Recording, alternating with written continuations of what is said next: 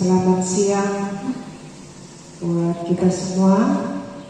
Alhamdulillahirrabbilalamin, hamdan syukran lillah, wassalatu wassalamu ala rasulillah wa ala alihi wa man tabi'a huda.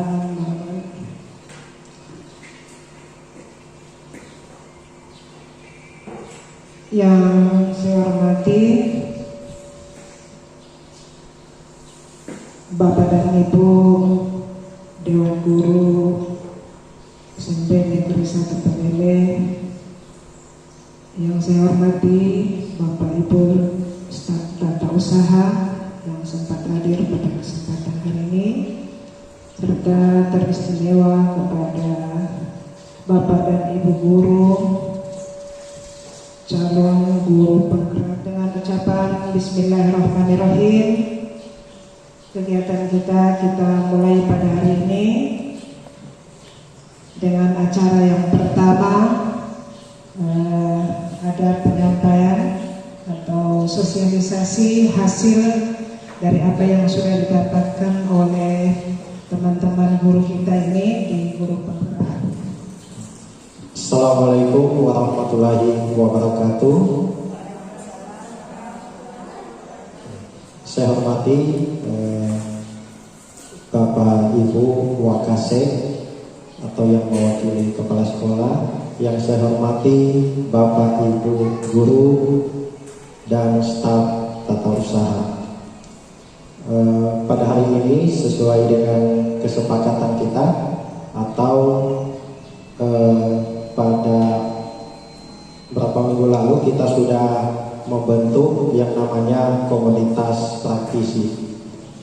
Jadi pada pertemuan kali ini kita masuk pada pertemuan pertama pada kegiatan komunitas praktisi. Jadi pada kegiatan ini kita akan membagikan apa yang sudah kita dapatkan selama mengikuti program pendidikan budaya positif di sekolah.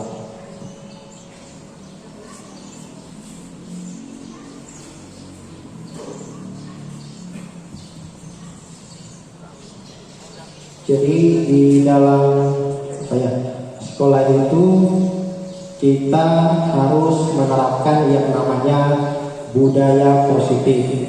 Apa sih itu budaya positif sekolah?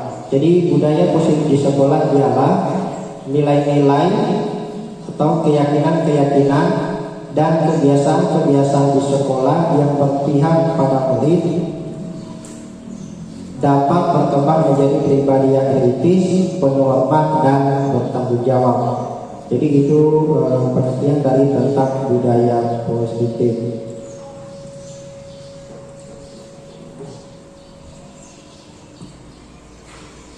Bagaimana kita membangun budaya positif di sekolah? Tentunya untuk membangun budaya positif di sekolah, tentu kita perlu menyediakan lingkungan yang positif, lingkungan yang aman, lingkungan yang nyaman, agar murid-murid mampu berpikir, bertindak, dan mencipta dengan merdeka, mandiri, dan bertanggung jawab. Jadi tujuan dari kita menerapkan budaya positif di sekolah yaitu membuat siswa merdeka, mandiri, dan bertanggung jawab. Bagaimana seseorang bisa merubah dari paradigma stimulus respon kepada pendekatan teori kontrol? Menurut Stephen, bila kita ingin membuat kemajuan perlahan, sedikit-sedikit ubahlah sikap atau perilaku Anda. Namun bila kita ingin memperbaiki cara-cara utama kita, maka kita perlu mengubah kerangka acuan kita. Ubahlah bagaimana Anda melihat dunia, bagaimana Anda berpikir tentang manusia. Ubahlah paradigma Anda. Ini adalah stimulus respon yang kita ubah menjadi teori kontrol atau pandangan tentang dunia. Yang selama ini yang di sebelah kanan ada stimulus respon. Selama ini kita menganggap realitas kebutuhan kita itu sama. Nah, ini kita ubah dia menjadi teori kontrol bahwa realitas kebutuhan kita itu berbeda. Kemudian selanjutnya adalah semua orang melihat hal yang sama.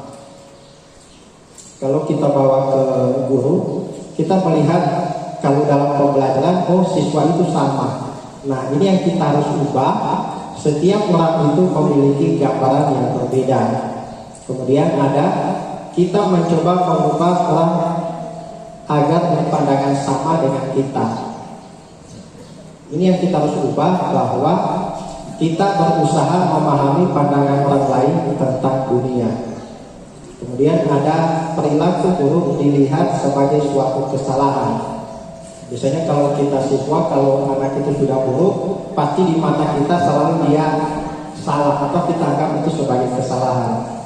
Nah, itu kita harus di dalam teori kontrol ini, semua perilaku itu memiliki tujuan. Jadi kita harus tahu misalnya si A, kenapa dia sampai sering berkelahi. Jadi kita tidak boleh langsung mempatokkan si anak ini salah. Pasti dia punya alasan, punya tujuan kenapa dia sampai berperilaku tersebut. Karena belajar tentang disiplin positif tidak harus dengan memberikan hukuman. Justru itu adalah salah satu alternatif terakhir, dan kalau perlu tidak digunakan sama sekali. Nah, disiplin ini juga, ini kadang juga saya lakukan. Kadang kalau mau menerapkan disiplin supaya anak itu disiplin, ya kita kasih hukuman. Padahal di budaya positif itu memberikan hukuman itu salah satu alternatif yang terakhir. Kalau perlu kita hilangkan atau kita tidak gunakan sama sekali. Ada ibu-ibu yang lemas, sehingga mau kita terapkan disiplin ibu-ibu, bapak-bapak guru sebagai contoh dan teladan untuk peserta didik, maka semoga tahun depan kita akan terapkan. Kalau untuk sementara karena masif, ya, itu mungkin saya bisa bangun nanti dengan pagi tersiang, supaya kita terapkan betul-betul, sehingga budaya positif tadi itu akan menonjol. Dan untuk kita mendorong, merubah, membentuk karakter peserta didik, itu pasti dengan otomatis akan berubah. Apa yang telah disampaikan tadi sangat bagus, baik, beda dengan dulu. Dan anak-anak sekarang juga beda dengan dulu. Kalau kita kerasin mereka takut dulu. Kalau sekarang kita kerasin malah lebih melawan. Jadi memang bagus sekali ini. Tentunya ada modul dari bahan ajar untuk sekolah penggerak. Ya, dalam hal ini guru penggerak menjadi coach bagi guru lain. Ya, nah, kami minta di sini model pembelajaran untuk kita sama-sama berikan kepada anak-anak didik. Itu yang pertama. Yang kedua, budaya positif dan keyakinan kelas. Jadi ini kan bisa menarik peserta didik juga untuk belajar. Jadi di aplikasi Canva ini maka yang bisa kita lakukan.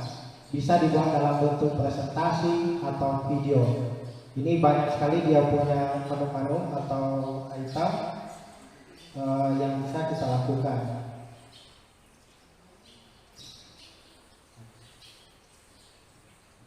Kemudian yang selanjutnya adalah juga ada namanya aplikasi KineMaster. Itu bisa kita download juga di HP.